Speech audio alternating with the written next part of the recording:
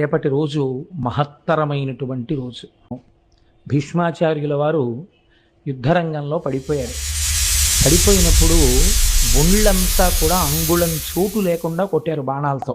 కొడితే ఆయన రథం నుంచి కింద పడిపోయినప్పుడే బాణములతో కూడినటువంటి శయ్య మీద పరున్నట్టు పరున్నారు. కానీ తలకి వెనక నుంచి బాణాలు కొట్టరు కదా, తల వేలాడిపోయింది ఇలా వెనక్కి. అది నిజంగా కొంచెం హృదయ విదారకమైనటువంటి దృశ్యమే. మహానుభావుడు భీష్ముడంటే వారి తల వేలాడిపోతే అర్జునుడు చూశాడు. చూసి ఆయన తలకి దెబ్బ తగలకుండా ఆయన తలకి తలగడగా బాణములను ఏర్పాటు చేశాడు. చేస్తే భీష్ముడు అర్జునుడిని పిలిచి అన్నాడు, ఈ పని నువ్వు చేసి ఉండకపోతే నీ మీద నేను శాపవాక్యాన్ని ప్రయోగించి ఉండేవాణ్ణి అన్నాడు. అంతటి మహానుభావుడైనటువంటి భీష్ముడు పంచప్రాణములు అని ఉంటాయి, ప్రాణ అపాన వ్యాన ఉదాన సమానములు అని. అటువంటి వాటిని మకర సంక్రమణం వెళ్ళిపోయిన తరువాత సూర్యుని రథం ఉత్తర దిక్కుకు తిరుగుతుంది. అంటే ఇవాల్టి రోజు రథసప్తమి. అందుకే మనం జిల్లేడాకులు రేగుపండు తల మీద పెట్టుకుని స్నానం చేస్తాం. అలా ఎందుకు పెట్టుకోవాలి అంటే పెద్దలు చాలా గొప్ప గొప్ప విషయాలన్నింటినీ కూడా అందులో నిక్షేపించారు. మనం తలస్నానం ఇప్పుడు మళ్ళీ అందులోకి పెడితే అదొక పెద్ద విషయం అయిపోతుంది. తలస్నానం చేస్తాం. ఈ రథసప్తమి నాడు ఆయన మొట్టమొదటి ప్రాణాన్ని ఉపసంహారం చేశారు అంటారు. అందుకని లేదా యోగ విద్యతో బొటనవేలి దగ్గర నుంచి ప్రాణాలని వెనక్కి తీయడం ప్రారంభం చేసినట్టు కాదు. తర్పణ ఇవ్వాలంటే ఒక ప్రాణం వదిలిపెట్టేయాలి. కాబట్టి రథసప్తమి నాడు మొట్టమొదటి ప్రాణాన్ని విడిచిపెట్టారు. కాబట్టి అష్టమి తిథి నాడు, భీష్మాష్టమి నాడు మనుష్య జాతిలో మనుష్యుడిగా పుట్టినటువంటి ఎవరైనా సరే భీష్మాచార్యుల వారికి తర్పణ ఇవ్వవలసిందే. చిత్రం ఏమిటంటే రేపటి రోజున తలస్నానం చేసి భీష్మాచార్యుల వారికి తర్పణ ఎందుకు ఇవ్వాలి అని అడిగారు. తర్పణ కొడుకిస్తాడు. భీష్ముడికి ఒక్కడికి మాత్రం ఇంకెవ్వరికి లేదు ఈ మర్యాద, ఒక్క భీష్ముడికి. ఎందుకు ఇవ్వాలి అని అడిగారు. రేపటి రోజున ఎవరు భీష్మాచార్యుల వారికి తర్పణ విడిచిపెడతారో వాళ్ళకి 2 ఫలితాలు చెప్పారు.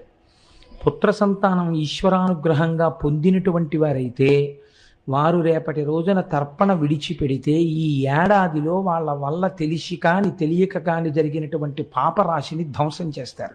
ఏడాదిలో జరిగిన పాపాలు ఇంకా ఖాతాలో ఉండవు. 2, సంతానము లేనివారు ఉంటే రేపటి రోజున నువ్వులతో కలిపి తర్పణ విడిచిపెట్టాలి. అలా విడిచిపెడితే వచ్చే భీష్మేకాదశికి నువ్వులతో విడిచిపెట్టవలసిన అవసరం లేకుండా కొడుకుంటాడు అని శాస్త్ర ప్రమాణం.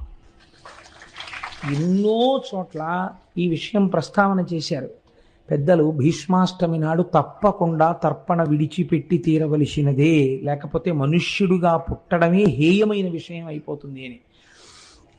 అలా తర్పణ విడిచిపెట్టేటప్పుడు దానికి సంబంధించినటువంటి శ్లోకం లేకుండా విడిచిపెట్టకూడదు. కాబట్టి 2 శ్లోకములు ఉంటాయి. ఆ శ్లోకములను చెప్తూ విడిచిపెట్టాలి. ఏ గోత్రంలో పుట్టాడు ఆయన, ఏ ప్రవర కలిగినటువంటి వాడు, ఏ కారణం చేత మీరు తర్పణ ఇస్తున్నారు అన్నది చెప్పాలి. అదే వయ్యాఘ్రపద్య గోత్రాయ. వయ్యాఘ్రపద్య గోత్రం భీష్మాచార్యుల వారిది. అందుకని వయ్యాఘ్రపద్య గోత్రాయ సాంకృత్య ప్రవరాయ చ గంగాపుత్రాయ భీష్మాయ ఆజన్మ బ్రహ్మచారిణి అపుత్రాయ దదాం ఏ తదుదకం భీష్మవర్మణే వసునామవతారాయ శంతనోరాత్మజాయ చ అర్ఘ్యం దదామి భీష్మాయ ఆబాల్య బ్రహ్మచారిణే అని చెప్పాలి. అంటే మహానుభావ, నీవు వయ్యాఘ్రపద్య గోత్ర సంభవుడవు, సాంకృత్య ప్రవర కలిగినటువంటి వాడవు, గంగాదేవి యొక్క పుత్రుడవు, ప్రతిజ్ఞ చేసి భీష్ముడన్న పేరు పొందినవాడవు, ఆజన్మాంతరము బ్రహ్మచారిగా జీవితమును గడిపినటువంటి వాడవు, ఆ కారణము చేత కొడుకులు లేనివాడవు.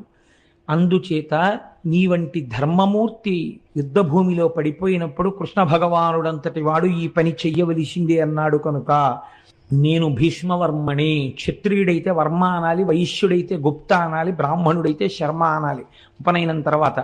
అందుకని ఓ భీష్మవర్మ, మీకు మేము తర్పణ విడిచిపెడుతున్నాం. వసునామవతారాయ, అష్టవసువులలో ఒకడవైనటువంటి వసువు యొక్క అవతారమూర్తి. శంతనోరాత్మజాయత, తండ్రి సంబంధం చెప్పాలి. అందుకని శంతన మహారాజు యొక్క కుమారుడా, అర్ఘ్యం దదామి భీష్మాయ, మీకు అర్ఘ్యం విడిచిపెడుతున్నాం.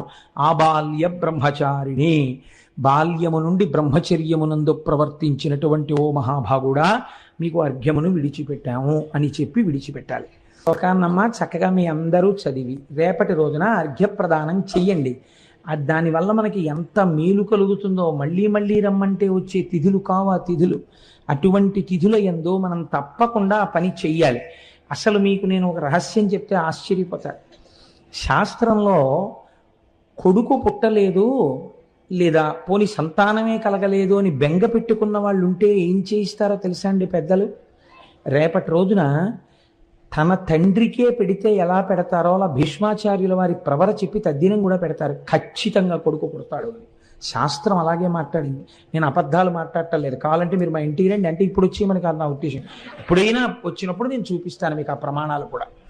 కనుక రేపంత గొప్ప నైమిత్తిక తిథి, చక్కగా మనందరం కూడా దాన్ని పాటించి మన సనాతన ధర్మము యొక్క గొప్పతనాన్ని మనం